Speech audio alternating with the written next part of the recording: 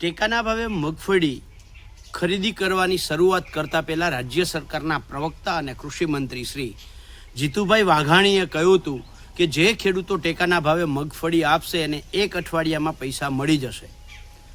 હવે આજે સવાલ એ ઊભો થાય છે કે ગુજરાતમાં 50,000થી 1 લાખ ખેડૂતો એવા છે કે જેણે ટેકાના ભાવે મગફળી આપી દીધી, એને મહિનો, 1.5 મહિનો, 2 મહિના થઈ ગયા છે અને હજી સુધી આ ટેકાના ભાવના પૈસા એમને મળ્યા નથી।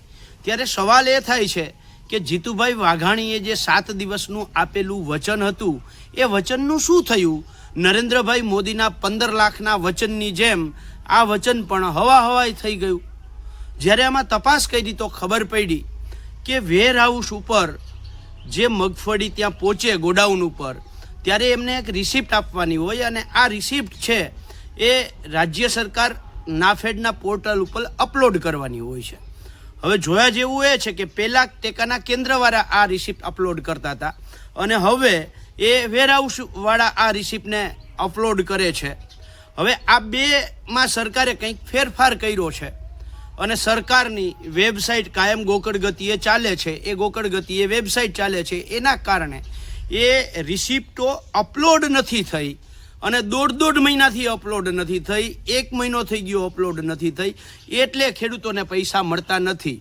સાચું કારણ તો જીતુભાઈ કહી શકશે કે રાજ્ય સરકાર પાસે તાઇફાના પૈસા છે પણ ખેડૂતને આપવાના પૈસા નથી એટલે આ રિસિપ્ટ અપલોડનું બહાનું કરે છે કે વાસ્તવમાં રિસિપ્ટ અપલોડ નથી થઈ।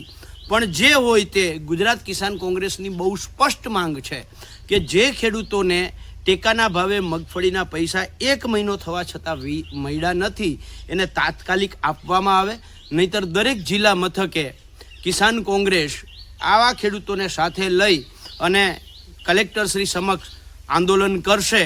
એના માટે સંપૂર્ણ જવાબદાર રાજ્ય સરકાર રહેશે। આ બાબતનો આજે પત્ર લખી અને માંગ કરી છે।